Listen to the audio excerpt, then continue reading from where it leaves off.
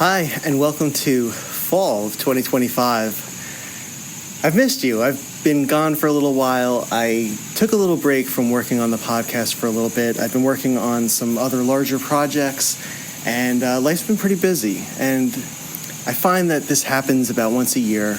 I'll be on track, and I'll be pumping out episode after episode and doing all the research and recording and writing and editing. And then I hit some sort of block. And sometimes it's that life becomes too busy. Other times I hit a mental block where I need to step away from collecting and from Star Wars for a little bit. And then there are other times where I think in my head I want to go in a different direction, and I need that time and space to figure out how to get there and where I'm heading. And I think this was one of those times. So I had taken about a month break from working on the podcast. I was actually supposed to release an episode live from RetroCon, which is a Pennsylvania toy show that's been going on for over a decade, and I really love it. And I went the Friday night of setup, and then I woke up the next morning and I was sick for the next few days. And it wasn't anything from the show. It was just, I still don't know what it was. I took a COVID test just to make sure it wasn't COVID. But it kept me sidelined for a little while, and so I didn't get to do a RetroCon show. And I'm sad that I actually, missed the event, because it really is a phenomenal toy show put on by some really great people, and there were a lot of great vendors there. But I've also been working on what I want this podcast to be, and I think I hit a point, too, where Star Wars for a little while has become a little less interesting, and I think it's not as connective at the moment, and it's not anything to do so much with the brand, but just the lack of content. The next live-action story that we're going to have is The Mandalorian and Grogu, which comes out in May 2026, so that's 8 months from now. And I think there's just a point where interest in collecting has dipped for a little while, interest in the social media and online groups has dipped, and I can see hints of it coming back. Light poking through cracks in the wall that has developed. So I do hope that there is more of an interest. And I needed to step back and to look at collecting and Star Wars and what both of them mean to me. And I've now realized a path that I want to take with the podcast and things that I want to cover. And one of those that I want to cover more are collector conversations and really connecting with our fellow friends and collectors who have a love for the hobby and for the franchise. I think I can do that in an interesting way. And I want to highlight a lot of the people within our community who make the community worthwhile and who make these toy trips and events worthwhile. And so one of the things I want to do going into this week, and I've always wanted to do this, is to release a few episodes in a row. Hopefully daily, we'll see how that goes. But I'd like to do it more of a radio show and just share some quick takes or some shorter takes on different areas within the hobby right now. So for this first one, I wanted to cover my reaction to yesterday's trailer release of The Mandalorian and Grogu. It's the first official trailer that we have of substance. We get to see people like Sigourney Weaver. There was a cameo of an Amanaman or an Amanin, one of those creatures from Jabba's palace, that yellow and green scaly character. And he looks pretty threatening in it. We got to see the return of Grogu and Djarin together. And so it all looks exciting, and I wanted to share my thoughts on it. But I did want to do a little series, and I think it would be fun. One of the things I like is when I go to a multi-day meetup, whether it's a collector's event or a toy show weekend, it's wonderful to see people on the first day and to connect that way and to experience the event. But there's something about the second day that's just as special, if not more so. And I think it's that in a lot of ways, through conversation on the first day, we sort of shake the rust off. And by the second day, to reunite and to be back in the same spot and to just continue those conversations and that friendship means a lot. And so I've wanted to do that with a handful of episodes, and also to make up for the lost month that I've had here. I'm currently out on a bike ride, and so I wanted to stop and just talk to you for a second. I'm reaching I'm on the verge of hitting 2,200 miles for the year, which is the most I've ever biked in my life, and I absolutely love it. These long bike rides give me a chance to look at life, to look at different aspects of it, to create ideas, to continually come up with new challenges and new directions and new projects. And so I love that. And so I wanted to just take a moment to talk about this new project with you and this the direction of the podcast. So I think it'll be fun. As I said, I want to lean more into these collector conversations and introduce some people to you that maybe you don't know, that you get to meet at an event like Rogue Fun or a toy show.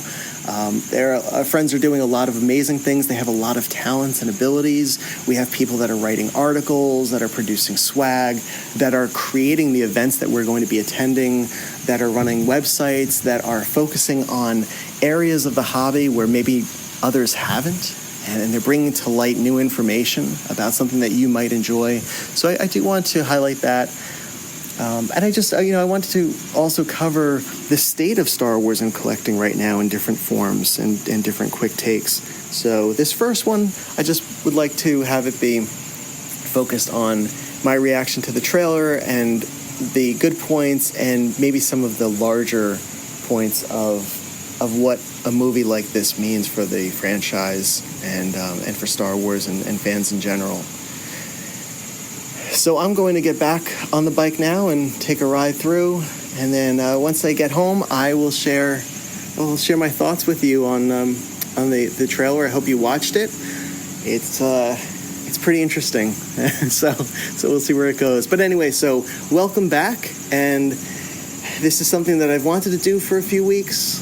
This is something I now have the chance to do, and this is Star Wars, Prototypes and Production.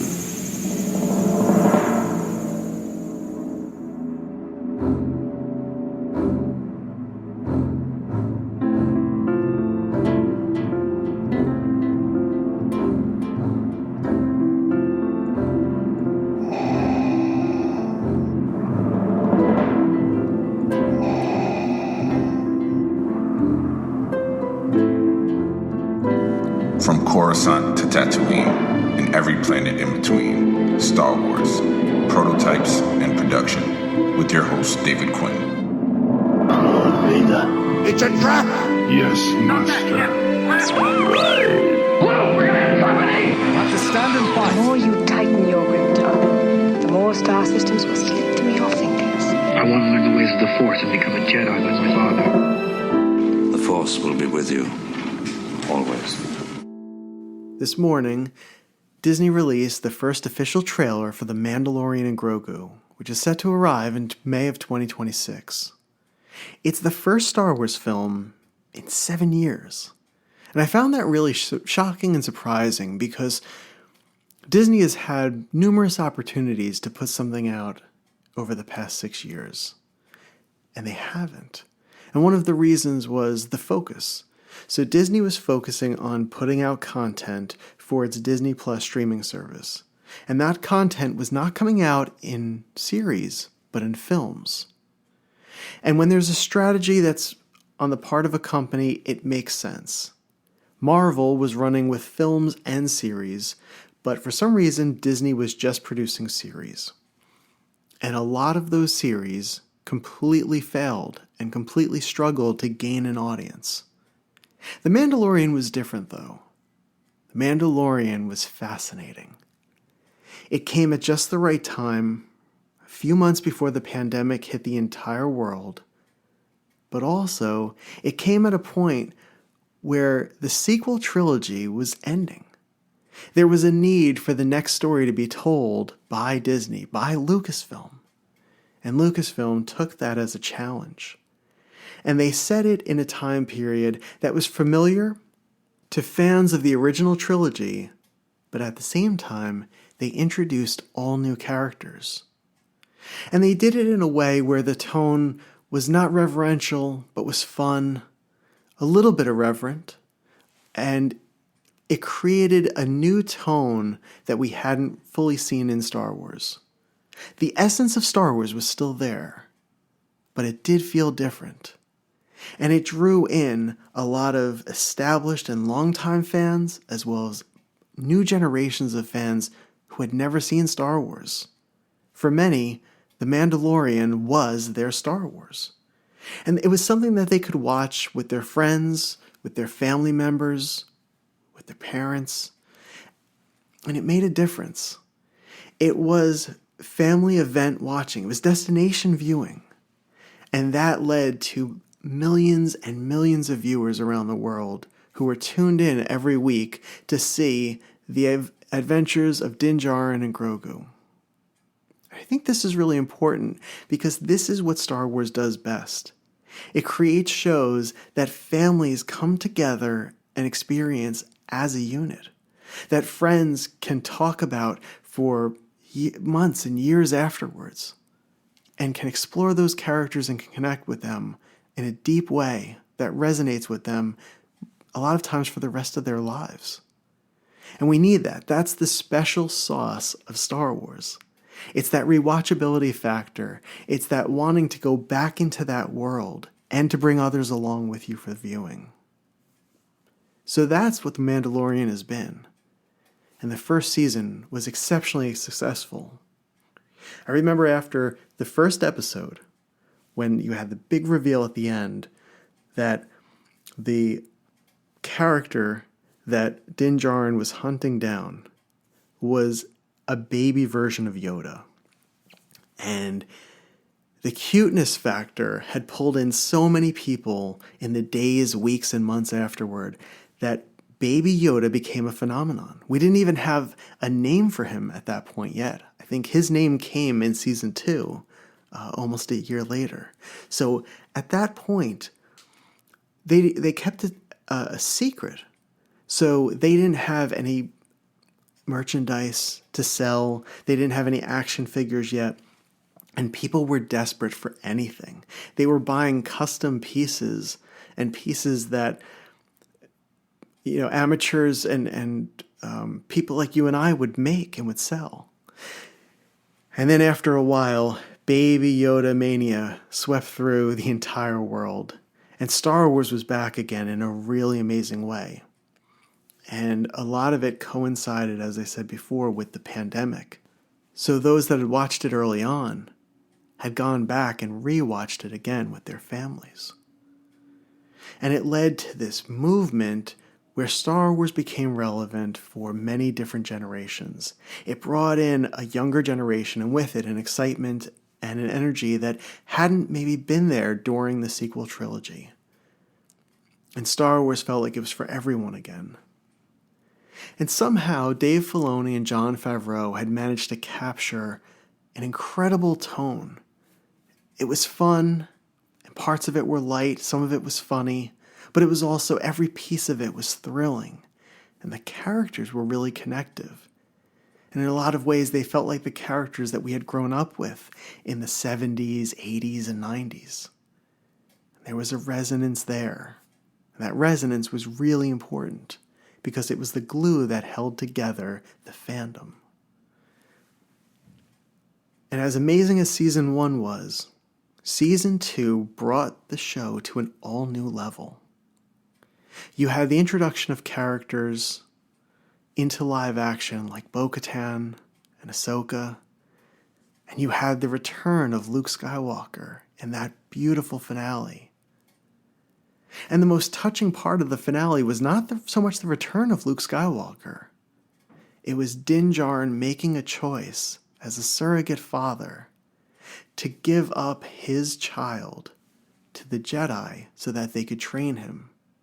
He was sacrificing his time with this creature that he had fallen in love with and accepted as his own, and was passing him on to be trained so that he would give his young little green son a better life. And that moment was heartbreaking and beautiful, and it's what makes Star Wars so special a lot of times. It's the same way that Luke threw down his lightsaber in front of the Emperor, that he wouldn't strike down his father turned Darth Vader, because he loved him and he saw that there was light in him. And he was not going to turn to the dark side, and he was not going to destroy that who had a chance of returning back to that light. Fascinating stuff. It really is. And I think The Mandalorian had touched upon themes of that. And again, it was thrilling and exciting. There was a little bit of something for everyone. And people really loved Pedro Pascal as Din Djarin, and they loved that Baby Yoda.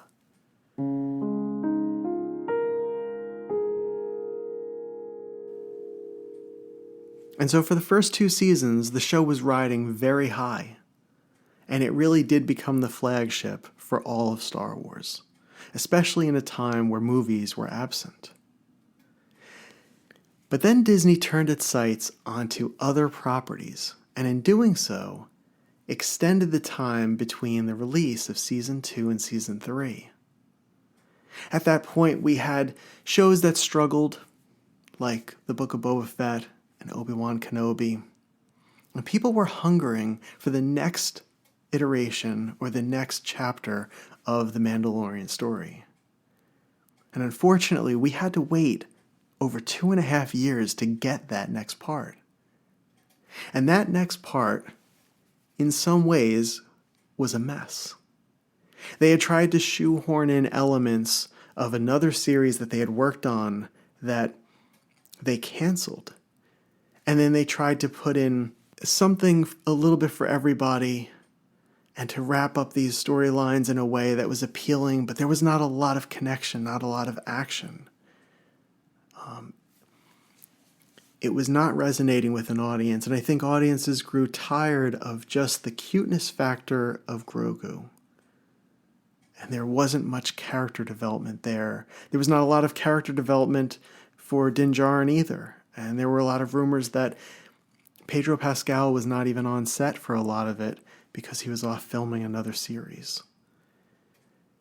And I think that core, that relationship between what's essentially a father and son in that story, or a caretaker and his ward, was not there. And they tried to take Bo-Katan and make her a central figure in the story. And while she's a fascinating character, they didn't do much with her. And so the show was really a mess. There were parts of it that were silly and ridiculous. And then there were parts of it that were very dark or scary. And it's nice to have that spectrum of tones and to be able to use it in an artful and compelling way. But this was not. And I think people who were on board for the first 2 seasons just started to lose interest. I don't remember there being an anger about it or anything, but just more of a disappointment and more like the feeling was, okay, this is not great, but there's other content out there from other franchises and other channels and other companies, and we'll just pursue them. And then they further botched that franchise by waiting 2.5 years for what should have been season 4 and now has turned into a movie. And I remember they announced the movie January 9th of 2024. It was only a few days into the new year. And it was after Celebration London, where in 2023, where they had announced 3 films that they were going to make. And all of a sudden, this Mandalorian and Grogu film came out of nowhere and was going to be shoehorned into Lucasfilm's timeline. And there was no hint of a story. There was nothing. It was just a simple announcement. And I think fans looked at that, and a lot of people felt like it was more of a cash grab, of a way to capitalize and monetize this wonderful franchise and to take it away from Disney Plus, which many people had in their homes, and to basically put it behind the paywall of a movie theater, which in a lot of ways can be a lot more expensive, especially for a family with multiple children. And while there's no problem in doing so, there was no reason why they were doing that. I think a lot of fans wanted to know what made this movie different from the series that you've shown us on Disney Plus. And that was important. And I think Disney dropped the ball, or Lucasfilm dropped the ball, on explaining why they were taking it to the next level and putting it on a big screen instead of a small screen. And I wish they had been able to express that, because I think that's a pretty important part of the Mandalorian story. And instead, it felt like they were desperate for a hit, took the one property that had really worked during the era of the streaming service, and said, okay, we're going to take this back to theaters. So I'm still, even seeing this trailer today, we have not received any sort of answer as to why they're putting it in theaters, or what makes The Mandalorian and Grogu different from the Mandalorian series, and bigger and better, and stronger.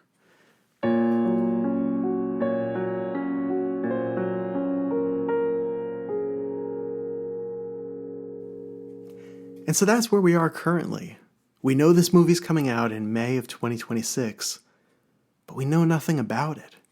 Even the trailer today showed very little as far as any sort of story point or where the story was going. And I think that's a huge mistake, because I think if you're putting something in theaters and it's a next chapter, you have to explain why, and you have to give people a reason to want to go see this continuing story, especially when the third season was so uneven. One of the things that I noticed that they did is they focused a lot of the trailer on Grogu, much less on Djarin. You don't even really hear from him or see much of him, but you see a lot with Grogu. And I think that's wonderful, and if they have any sort of direction for him and growth and a story arc for him, then I think they're going to be very successful with this film. If they don't, and if he's just a cute prop that they're using in the world of Star Wars, we've had a number of them, and they disappear pretty quickly. You know, there was fanfare for BB-8 when The Force Awakens came out, and honestly, by The Last Jedi in 2017, 2 years later, nobody really cared about BB-8. They introduced porgs in The Last Jedi, those little furry creatures, and there was porg mania for a while, and that was very short-lived. The cuteness wore off, and I think that can happen with a character like Grogu. If you don't advance him, if you don't give him some sort of purpose and more of a character than just a cute little sidekick, people will get bored with that really easily, because there are so many other cute things in this world that you can attach yourself to, or things that are new and cute. So we need something more than that. And I really hope there is development. I hope the show focuses again back on that relationship between Din Djarin and Grogu, and that he takes it upon himself to train Grogu, and that they go on these adventures together, and that Grogu begins to get stronger and more aware of the situations that he's facing, and where he's able to do more and to help Din. So we'll see what happens there. It was really nice to see some characters.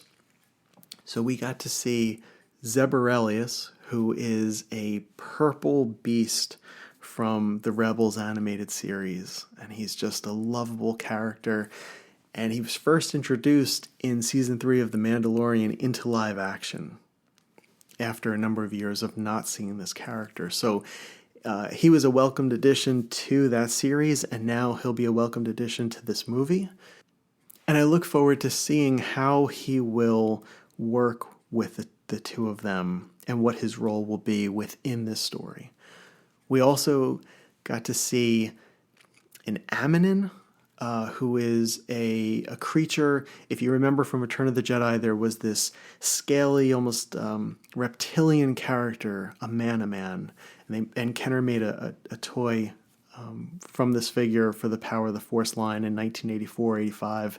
And he's this yellow and green reptilian creature. He carried a staff that had skull heads on it.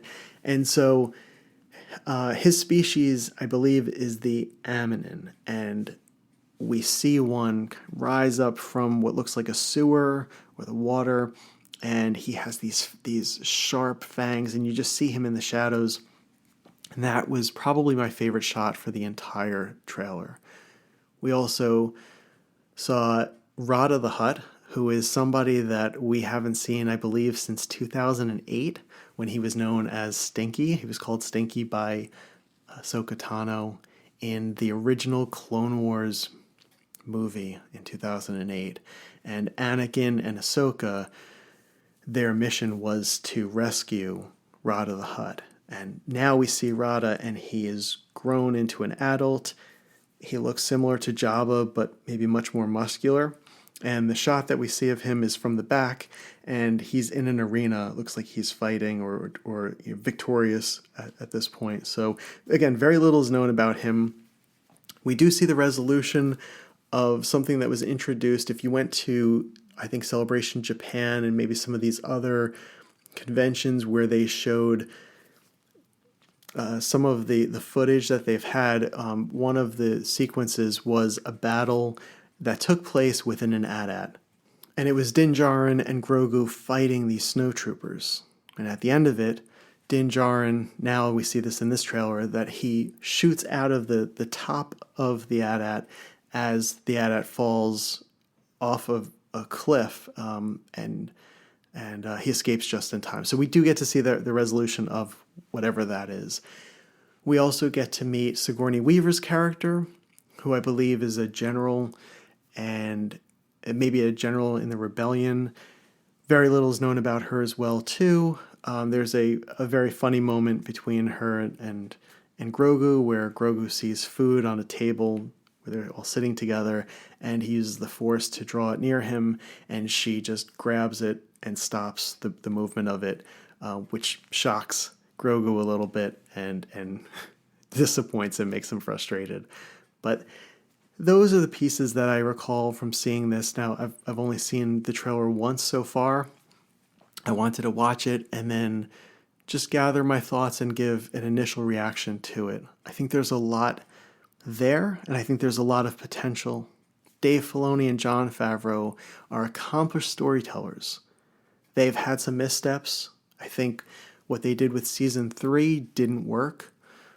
What Filoni did with his creations of the Rebels characters and Ahsoka didn't work in the live-action Ahsoka series. And so I do hope that this is more of the Clone Wars and Rebels than of Mandalorian Season 3 and the live-action Ahsoka. But we shall see. I think the film is in good hands. And again, Dave Filoni was trained by George Lucas. And he understands the essence of what Lucas was trying to do with the original trilogy, with the prequels, and then with the Clone Wars animated series. And what he was doing during the time that he was the leader and director of all of Star Wars. And I think Filoni is one of the people who is able to carry that baton that was passed to him and to run pretty quickly and pretty well with it. So we'll see how he does along this race. So there's definitely potential there. My main concern, and I think a number of people feel this way, is that we still have not been given a story or a peek at to what this story really is.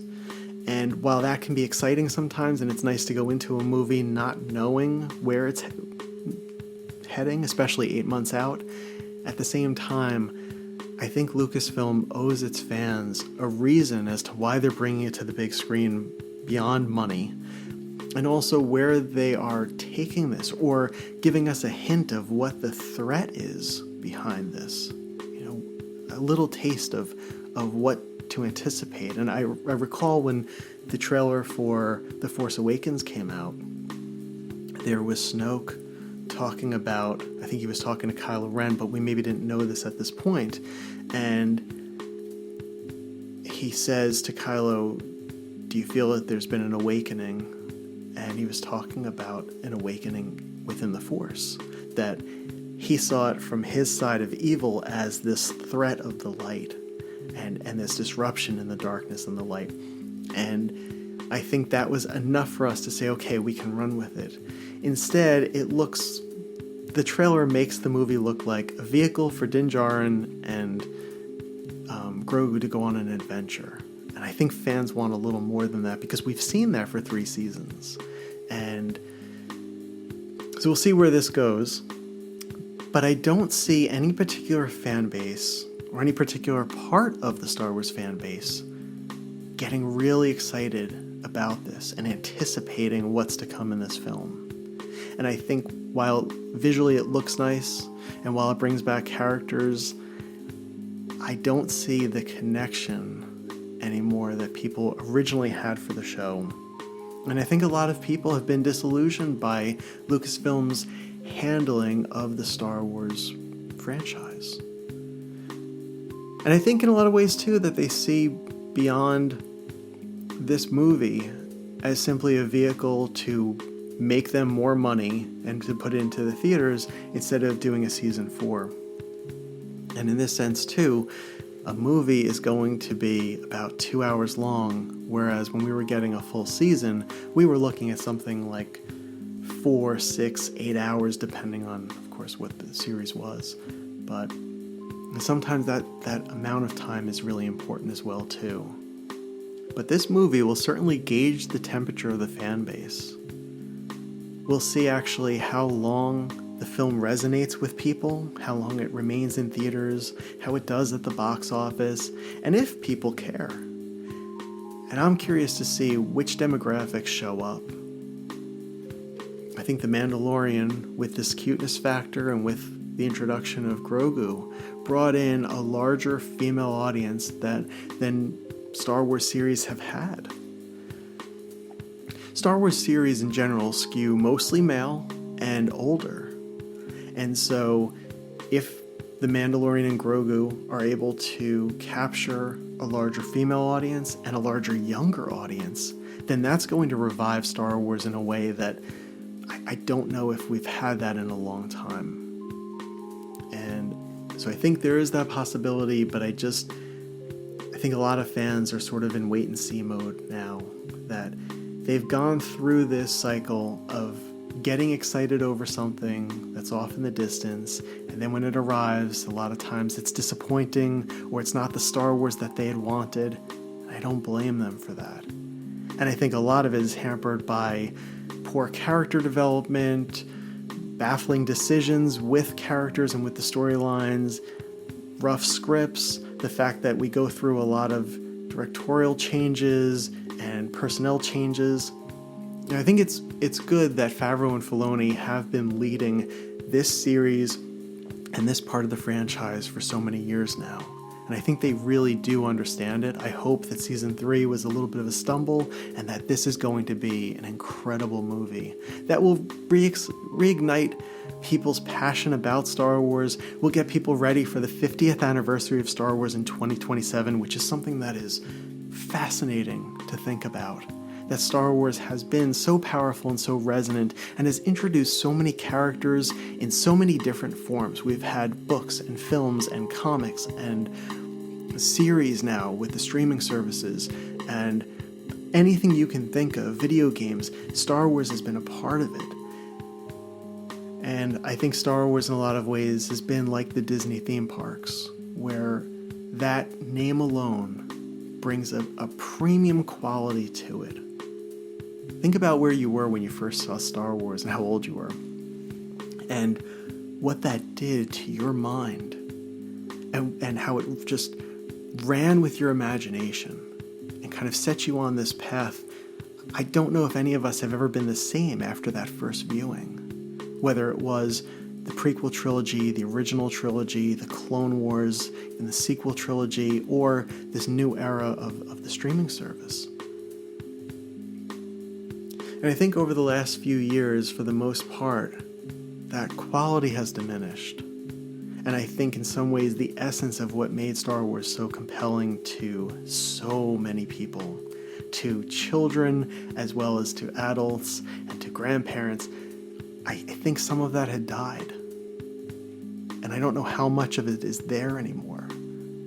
I'm seeing that when Lucasfilm makes these announcements, a lot of times it's met with severe skepticism of I'll believe it when it actually arrives in theaters or when there's an official trailer where I can see actual footage from a production. And I don't blame them. But I think now we're on the doorstep of the next live-action Star Wars story, and it happens to be set in the universe of The Mandalorian.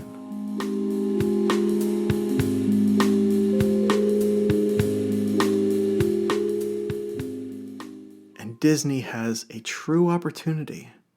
If they get this right, they can lock in generations of fans for the next decade or so. But they have to get this right. And with this trailer, I see things that are visually interesting. I see the return of characters that I like. I see some intriguing possibilities, but I don't know any of the story yet. And in some ways, it looks like more of the same that I saw over the past 6 years or so in the series, but I don't know what makes this one different.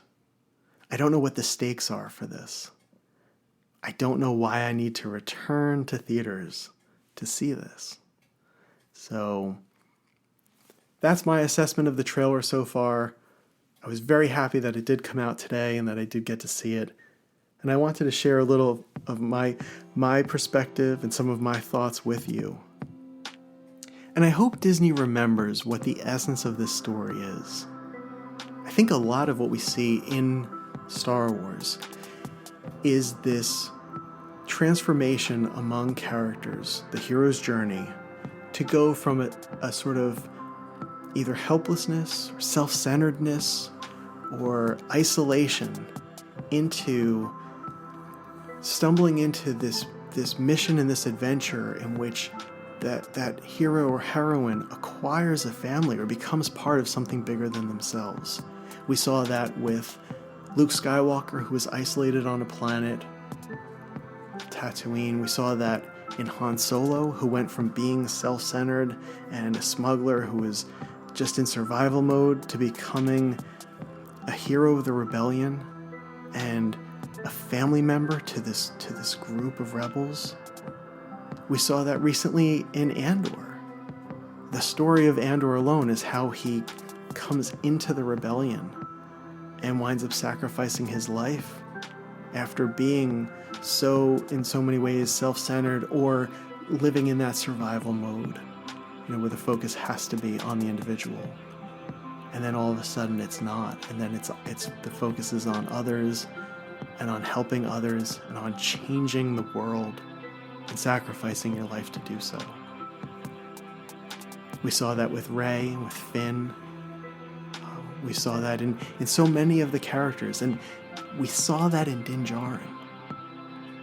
And that was a beautiful moment between him and Grogu, where they first meet and connect, and then the path that their lives go on, where they reunite, and where he really becomes a father figure and a caretaker for this little ward. And I think that's what Disney needs to lean on, and that's what's going to make it a success. Because that's the essence that we can all connect with. That's the inspiration that Star Wars gives us a lot of times, that we can become a part of something bigger, and that we can connect with others, and that we can fall into a family that way, or fall into a core group of people and doing something with a cause and with a purpose. So I hope that inspiration stays within the Star Wars world and is shown through the Mandalorian and Grogu film. And I hope it's entertaining, and I hope it's something that when I see it, I will want to go back and watch it again and again and bring different people with me, different family members, different friends, different loved ones, and that we can all experience it together in different ways. And we'll laugh with the characters and maybe get teary-eyed and emotional through the choices that they make and how their lives intersect. And I know the score will be beautiful, and I look forward to seeing what they produce. And this is really now, this movie begins the next era of Star Wars.